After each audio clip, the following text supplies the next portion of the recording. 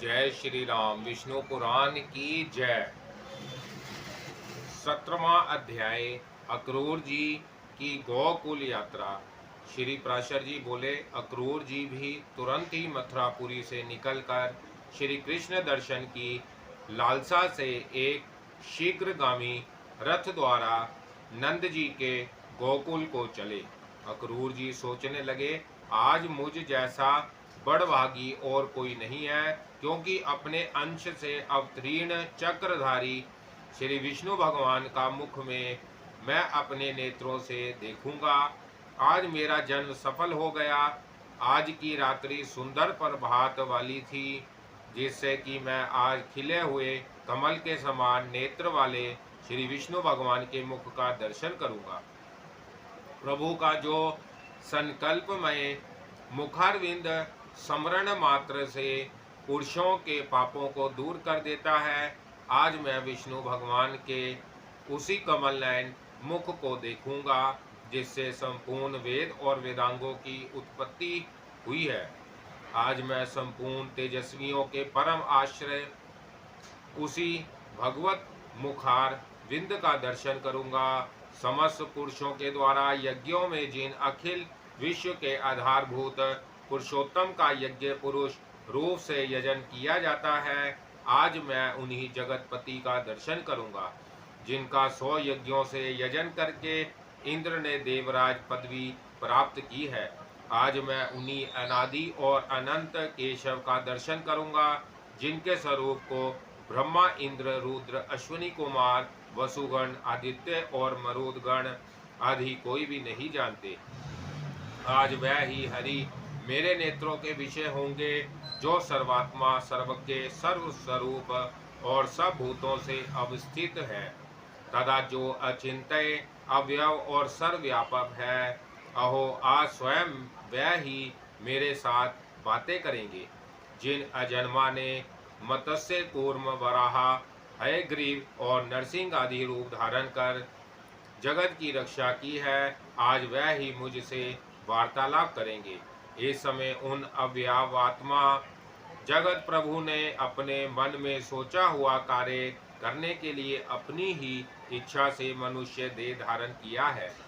जो अनंत अपने मस्तक पर रखी हुई पृथ्वी को धारण करते हैं, संसार के हित के लिए अवतीर्ण हुए, वह ही आज मुझसे अक्रूर कहकर बोलेंगे, जिनकी इस पिता, पुत्र, सुहृदय, भ्राता, माता और बंधु रूपनी माया को पार करने में संसार सर्वदा समर्थ है, उन मायापति को बारंबार नमस्कार है। जिनमें हृदय को लगा देने से पुरुष इस योग माया रूप विस्तृत अविधा को पार कर जाता है, उन विधा स्वरूप श्री हरि को नमस्कार है।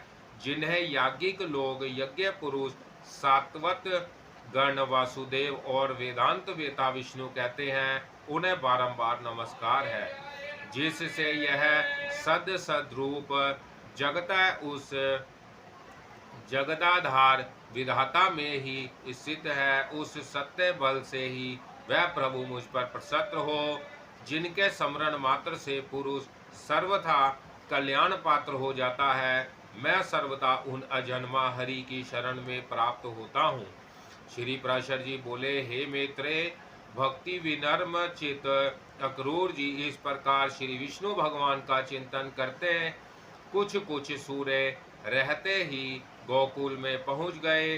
वहां पहुंचने पर पहले उन्होंने खिले हुए नील कमल की सी कांति वाले श्री कृष्ण को गौओं के देहा स्थान में बछड़ों के बीच विराजमान देखा, जिनके नेत्र खुले हुए कमल के समान थे। वक्ष स्थल में श्री वत्स चिन्ह सुशोभित था। भुजाएं लंबी लंबी थी। वक्ष स्थल विशाल और ऊंचा था तथा नसिका उन्नत थी। जो सविलास हास युक्त मनोहार मुखारविंद से सुशोभित थे तथा उन्मत्त और रक्त नख युक्त चरणों से पृथ्वी पर विराजमान थे। जो 2 पीताम्बर धारण किए थे, वन पुष्पों से विभूषित थे तथा जिनका श्वेत कमल के आभूषणों से युक्त श्याम शरीर सचंद्र नीलांचल के समान सुशोभित था। हे द्विज, श्री व्रज चंद्र के पीछे उन्होंने हंस कुंद और चंद्रमा के समान गौरव गौरव नीला नीलांबरधारी यदुनंदन श्री बलभद्र जी को देखा। विशाल भुजदंड, उत्रत सकंद और विकसित मुखारविंद श्री बलराम जी मेघमाला से घिरे हुए दूसरे कैलाश पर्वत के समान जान पड़ते थे। हे मुने, उन दोनों बालकों को देखकर महामती अक्रूर जी का मुख कमल प्रफुल्लित हो गया तथा उनके सर्वांग में पुलकावली छा गई। इन दो रूपों में जो यह भगवान वासुदेव का अंश स्थित है वही परम धाम है और वही परम पद है। इन जगती धाता के दर्शन पाकर आज मेरे नेत्र युगल तो सफल हो गए, किंतु क्या अब भगवत कृपा से इनका अंग संग पाकर मेरा शरीर भी कृतकृत्य हो सकेगा। जिनकी अंगुली के स्पर्श मात्र से संपूर्ण पापों से मुक्त हुए पुरुष निर्दोष सिद्धि प्राप्त कर लेते हैं, क्या वह अनंत मूर्ति श्रीमान हरि मेरी पीठ पर अपना कर कमल रखेंगे? जिन्होंने अग्नि, विद्युत और सूर्य की किरणमाला के समान अपने उग्र चक्र का प्रहार कर दैत्यपति की सेना को नष्ट करते हुए असुर सुंदरियों की आंखें के अंजन धो डाले थे, जिनको एक जल बिंदु प्रदान करने से राजा बलि ने पृथ्वी तल में अति मनोज्ञ भोग और एक मनवंतर तक देव तक लाभ पूर्वक शत्रु विहीन इंद्र पद प्राप्त किया था, वह ही विष्णु भगवान मुझ निर्दोष को भी कंस के संसर्ग से दोषी ठहराकर क्या मेरी अवज्ञा कर देंगे? मेरे ऐसा साधुजन बहिष्कृत पुरुष के जन्म को धिक्कार है, अथवा संसार में ऐसी कौन वस्तु है जो उन ज्ञान स्वरूप शुद्ध सत्व राशि दोषहीन नित्य प्रकाश और समस्त भूतों के हृदय स्थित प्रभु को विदित ना हो।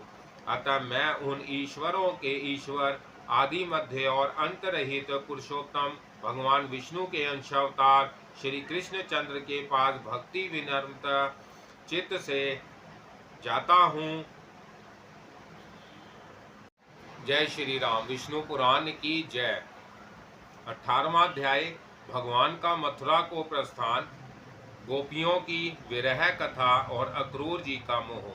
श्री पराशर जी बोले, हे मित्र, यदुवंशी अक्रूर जी ने इस प्रकार चिंतन करते श्री गोविंद के पास पहुंचकर उनके चरणों में सिर झुकाते हुए मैं अक्रूर हूँ ऐसा कहकर प्रणाम किया। भगवान ने भी अपने ध्वजा व्रज पादांकित कर कमलों से उन्हें स्पर्श कर और प्रीतिपूर्वक अपनी ओर खींचकर गाढ़ आलिंगन किया। तदंतर अक्रूर जी के यथा योग्य प्रमाणित कर चुकने पर श्री बलराम जी और कृष्ण चंद्र आदि आनंदित हो उन्हें साथ लेकर अपने घर आए। फिर उनके द्वारा सत्कृत होकर यथा योग्य भोजनादि कर चुकने पर अक्रूर ने उनसे वह संपूर्ण वृत्तांत कहना आरंभ किया, जैसे कि दुरात्मा दानव कंस ने आनंद दुंदुभी वसुदेव और देवी देवकी को डांटा था, तथा जिस प्रकार वह दुरात्मा अपने पिता उग्रसेन से दुर्व्यवहार कर रहा है और जिसलिए उसने उन्हें वृंदावन भेजा है। भगवान देवकी नंदन ने यह संपूर्ण वृत्तांत विस्तार पूर्वक सुनकर कहा, हे दानपते, यह सब बातें मुझे मालूम हो गई।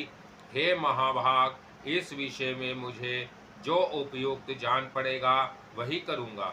अब तुम कंस को मेरे द्वारा मरा हुआ ही समझो, इसमें किसी और तरह का विचार ना करो। भैया बलराम और मैं दोनों ही कल तुम्हारे साथ मथुरा चलेंगे। हमारे साथ ही दूसरे बड़े बूढ़े गोप भी बहुत सा उपहार लेकर जाएंगे। हे वीर, आप यह रात्रि सुख पूर्वक बिताइए, किसी प्रकार की चिंता ना कीजिए। 3 रात्रि के भीतर मैं कंस को उनके अनुचरों सहित अवश्य मार डालूंगा। श्री पराशर जी बोले, तदंतर अक्रूर जी, श्री कृष्ण चंद्र और बलराम जी संपूर्ण गोपों को कंस की आज्ञा सुना नंद गोप के घर सो गए।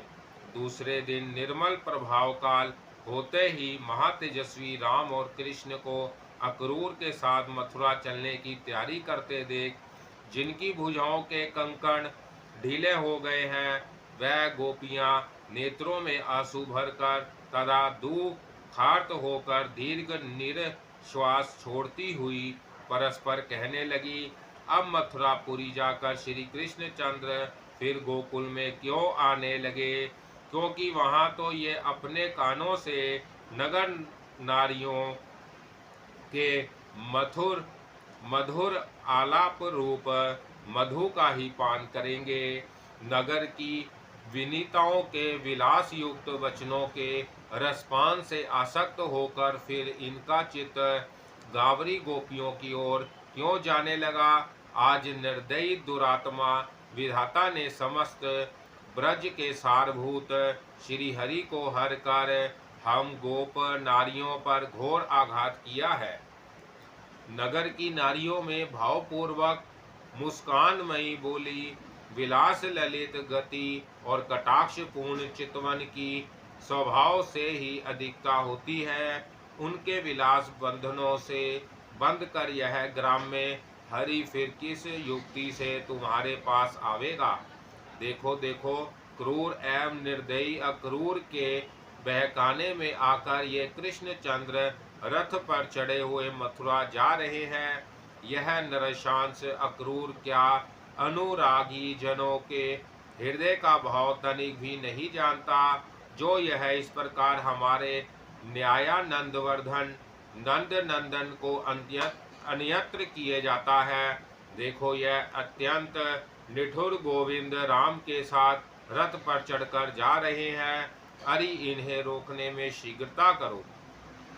अरे, तू क्या कह रही है कि अपने गुरुजनों के सामने हम ऐसा नहीं कर सकती।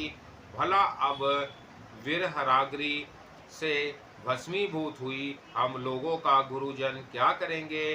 देखो, यह नंद गोप आदि गोपगण भी उन्हीं के साथ जाने की तैयारी कर रहे हैं। इनमें से भी कोई गोविंद को लौटाने का प्रयत्न नहीं करता। आज की रात्रि मथुरा वासिनी स्त्रियों के लिए सुंदर प्रभाव वाली हुई है, क्योंकि आज उनके नयन भृंग श्री अच्युत के मुखारविंद का मकरंद पान करेंगे। जो लोग इधर से बिना रोक टोक के श्री कृष्ण चंद्र का अनुगमन कर रहे हैं, वह धन्य है, क्योंकि वह उनका दर्शन करते हुए अपने रोमांच युक्त शरीर का वहन करेंगे। आज श्री गोविंद के अंग प्रत्यंगों को देखकर मथुरा वासियों के नेत्रों को अत्यंत महोत्सव होगा। आज ना जाने उन भाग्यशालिनियों ने ऐसा कौन शुद्ध स्वप्न देखा है, जो वह कांतिमय विशाल नयनों वाली स्वच्छता पूर्वक श्री अधोक्षत्र को निहारेगी। अहो, निष्ठुर विधाता ने गोपियों को महानिधि दिलाकर आज उनके नेत्र निकाल लिए। देखो, हमारे प्रति श्री हरि के अनुराग में शिथिलता आ जाने से हमारे हाथों के कंकण भी तुरंत ही ढीले पड़ गए हैं। भला हम जैसे दुखिनी अबलाओं पर किसे दया न आवेगी, परंतु देखो, यह क्रूर हृदय अक्रूर तो बड़ी शीघ्रता से घोड़ों को हाँक रहा है। देखो, यह कृष्ण चंद्र के रथ की धूली दिखलाई दे रही है, किंतु हाँ, अब तो श्री हरि इतनी दूर चले गए कि वह धूली भी नहीं दिखती। श्री प्राशर जी बोले, इस प्रकार गोपियों के अति अनुराग सहित देखते देखते श्री कृष्ण चंद्र ने बलराम जी के सहित ब्रज भूमि को त्याग दिया। तब वह रामकृष्ण और अक्रूर शीघ्रगामी घोड़े वाले रथ से चलते चलते मध्याह्न के समय यमुना तट पर आ गए। वहां पहुंचने पर अक्रूर ने श्री कृष्ण चंद्र से कहा, जब तक मैं यमुना जल में मध्यकालीन उपासना से निवृत्त होऊं, तब तक आप दोनों यही विचारे। श्री प्राशर जी बोले, हे विप्र, तब भगवान के बहुत अच्छा कहने पर महामती अक्रूर जी यमुना जल में घुसकर स्नान और आचमन आदि के अनंतर पर ब्रह्मा का ध्यान करने लगे। उस समय उन्होंने देखा कि बलभद्र जी सहस्त्र फर्णावली से सुशोभित हैं। उनका शरीर कुंदमालाओं के समान है तथा नेत्र पर फुल कमल दल के समान विशाल है। वे वासुकी और रंभ आदि महासर्पों से घिरकर उनसे प्रशस्तित हो रहे हैं तथा अन्य सुगंधित वन मालाओं से विभूषित है। वह दो श्याम वस्त्र धारण किए, सुंदर कर्ण भूषण पहने तथा मनोहर कुंडली मारे जल के भीतर विराजमान है। उनकी गोद में उन्होंने आनंदमय कमल भूषण श्री कृष्ण चंद्र को देखा, जो मेघ के समान श्यामवन, कुछ लाल लाल विशाल नयनों वाले, चतुर्भुज मनोहर अंगों पांगों वाले तथा शंख चक्रादि आयुधों से सुशोभित है, जो पीतांबर पहने हुए है और विचित्र वनमाला से विभूषित है तथा इंद्रधनुष और विधुनमाला मंडित सजल मेघ के समान जान पड़ते हैं तथा जिनके वक्षस्थल में श्रीवत्स चिन्ह और कानों में दीप्यमान मकराकृत कुंडल विराजमान है। सनकादि मुनिजन और निष्पाप सिद्ध तथा योगीजन उस जल में ही स्थित होकर नासिकाग्र दृष्टि से उनका चिंतन कर रहे हैं। इस प्रकार वहाँ राम और कृष्ण को पहचान कर अक्रूर जी बड़े ही विस्मय हुए और सोचने लगे कि यह यहाँ इतनी शीघ्रता से रथ से कैसे आ गए। जब उन्होंने कुछ कहना चाहा तो भगवान ने उनकी वाणी रोक दी। तब वह जल से निकलकर रथ के पास आए और देखा कि वहाँ भी राम और कृष्ण दोनों ही मनुष्य शरीर से पूर्वतः रथ पर बैठे हुए हैं। तदंतर उन्होंने जल में घुसकर उन्हें फिर गंधर्व सिद्ध मुनि और नागरिकों से स्तुति किए जाते देखा। तब तो दानपति अक्रूर जी वास्तविक रहस्य जानकर उन सर्व विज्ञान में अच्युत भगवान की स्तुति करने लगे। अक्रूर जी बोले, जो सन मात्र स्वरूप अचिंत्य महिमा सर्वव्यापक तथा अनेक और एक रूप है, उन परमात्मा को नमस्कार है, नमस्कार है। हे अचिंतनीय प्रभु, आप सर्व रूप एवं हवि स्वरूप परमेश्वर को नमस्कार है। आप बुद्धि से अतीत और प्राकृतिक से परे हैं, आपको बारंबार नमस्कार है। आप भूत स्वरूप, इंद्रिया स्वरूप और प्रधान स्वरूप है तथा आप ही जीवात्मा और परमात्मा है। इस प्रकार आप अकेले ही 5 प्रकार से स्थित हैं। हे सर्वात्मने, हे शराशरमय ईश्वर, आप पर शत्र होइए। एक आप ही ब्रह्मा विष्णु और शिव आदि कल्पनाओं से वर्णन किए जाते हैं। हे परमेश्वर, आपके स्वरूप परोजन और नाम आदि सभी अनिवर्चनीय हैं। मैं आपको नमस्कार करता हूँ। हे नाथ, जहाँ नाम और जाति आदि कल्पनाओं का सर्वदा भाव है, आप वही नित्य अविकारी और अजन्मा पर ब्रह्मा है। क्योंकि कल्पना के बिना किसी भी पदार्थ का ज्ञान नहीं होता, इसलिए आपका कृष्ण, अच्युत, अनंत और विष्णु आदि नामों से सत्वन किया जाता है। हे अज, जिन देवता आदि कल्पांतमय पदार्थों से अनंत विश्व की उत्पत्ति हुई है, वह समस्त पदार्थ आप ही हैं तथा आप ही विकारहीन आत्म वस्तु है। अतः आप विश्व रूप हैं। हे प्रभु, इन संपूर्ण पदार्थों में आपसे भित्र और कुछ भी नहीं है। आप ही ब्रह्मा, महादेव, अरिमा, विधाता, धाता, इंद्र, वायु, अग्नि, वरुण, कुबेर और यम है। इस प्रकार एक आप ही भित्र कार्य वाले अपनी शक्तियों के भेद से इस संपूर्ण जगत की रक्षा कर रहे हैं। हे विशेष सूर्य की किरण रूप होकर आप ही विश्व की रचना करते हैं तथा यह गुणमय प्रपंच आपका ही रूप है। सत पद ओम तत् सत, इस रूप से जिसका वाचक है वह ओम अक्षर आपका परम स्वरूप है। आपके उस ज्ञानात्मा सद सत्व स्वरूप को नमस्कार है। हे प्रभु वासुदेव, संकर्षण, प्रधूम और अनिरुद्ध स्वरूप आपको बारंबार नमस्कार है। जय श्री राम। विष्णु पुराण की जय। 19वां अध्याय। भगवान का मथुरा प्रवेश, रजक वध तथा माली पर कृपा। श्री प्राशर जी बोले, यदु कुलोत्पत्र अक्रूर जी ने श्री विष्णु भगवान का जल के भीतर इस प्रकार सत्वन कर उन सर्वेश्वर का मन कलिपत धूप दीप और पुष्पादि से पूजन किया। उन्होंने अपने मन को अन्य विषयों से हटाकर उन्हीं में लगा दिया और चिरकाल तक उन ब्रह्मभूत में ही समाहित भाव से स्थित रहकर फिर समाधि से विरत हो गए। तदंतर महामती अक्रूर जी अपने को कृत्य सा मानते हुए यमुना जल से निकलकर फिर रथ के पास चले आए। वहां आकर उन्होंने आश्चर्य युक्त नेत्रों से राम और कृष्ण को पूर्वोदय रथ में बैठे देखा। उस समय श्री कृष्ण चंद्र ने अक्रूर जी से कहा। श्री कृष्ण जी बोले, अक्रूर जी, आपने अवश्य ही यमुना जल में कोई आश्चर्यजनक बात देखी है, क्योंकि आपके नेत्र आश्चर्यचकित दिख पड़ते हैं। अक्रूर जी बोले, हे अच्युत, मैंने यमुना जल में जो आश्चर्य देखा है उसे मैं इस प्रकार इस समय भी अपने सामने मूर्तिमान देख रहा हूँ। हे कृष्ण, यह महान आश्चर्यमय जगत है जिस महात्मा का स्वरूप है, उन्हीं परम आश्चर्य स्वरूप आपके साथ मेरा समागम हुआ है। हे मधुसूदन, अब उस आश्चर्य के विषय में और अधिक कहने से लाभ ही क्या है। चलो, हमें शीघ्र ही मथुरा पहुंचा है। मुझे कंस से बहुत भय लगता है।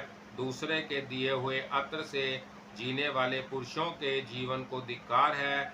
ऐसा कहकर अक्रूर जी ने वायु के समान वेग वाले घोड़ों को हाका और स्वयं काल के समय मथुरापुरी में पहुंच गए।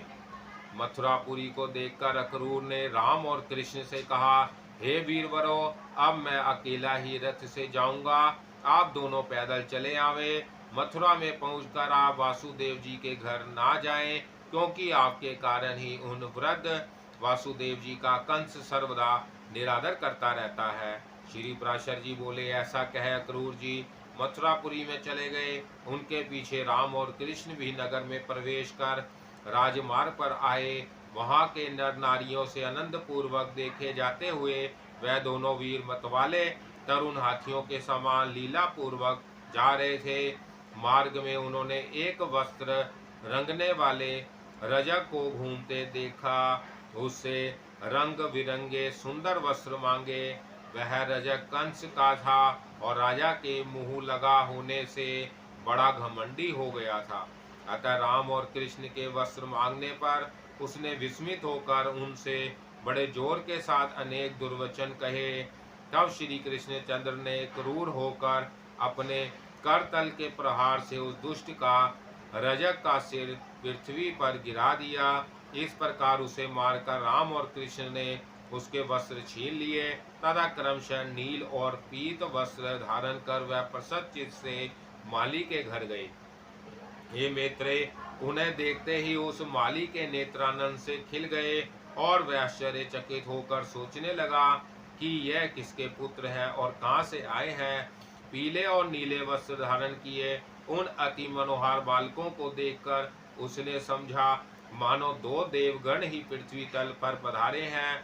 जब उन विकसित मुख कमल बालकों ने उससे पुष्प मांगे तो उसने अपने दोनों हाथ पृथ्वी पर टेक कर सिर से भूमि को स्पर्श किया। फिर उस माली ने कहा, हे नाथ, आप लोग बड़े ही कृपालु हैं जो मेरे घर पधारे। मैं धन्य हूँ, क्योंकि आज मैं आपका पूजन कर सकूंगा। तदंतर उसने, देखिए, यह बहुत सुंदर है, यह बहुत सुंदर है, इस प्रकार प्रसन्न मुख से लुभा लाभा कर उन्हें इच्छा अनुसार पुष्प दिए। उसने उन दोनों पुरुष श्रेष्ठों को पुनः पुनः प्रणाम कर अति निर्मल और सुगंधित मनोहर पुष्प दिए। तब श्री कृष्ण चंद्र ने भी प्रसन्न होकर उस माली को यह वर दिया कि हे भद्रे, मेरे आश्रित रहने वाली लक्ष्मी तुझे कभी ना छोड़ेगी। हे सौम्य, तेरे बल और धन का ह्रास तभी ना होगा, और जब तक दिन सूर्य की सत्ता रहेगी तब तक मेरी संतान का उच्छेद ना होगा। तू तू भी यावज्जीवन नाना प्रकार के भोग भोगता हुआ अंत में मेरी कृपा से मेरा स्मरण करने के कारण दिव्य लोक को प्राप्त होगा। हे भद्रे, तेरा मन सर्वदा धर्मपरायण रहेगा तथा तेरे वंश में जन्म लेने वालों की आयु दीर्घ होगी। हे महाभाग, जब तक सूर्य रहेगा तब तक तेरे वंश में उत्पन्न हुआ कोई भी व्यक्ति उपसर्ग आदि दोषों को प्राप्त ना होगा। श्री प्राशर जी बोले, हे मुनि श्रेष्ठ, ऐसा कहकर श्री कृष्ण चंद्र बलभद्र जी के सहित मालाकार से पूजित हो उसके घर से चल दिए।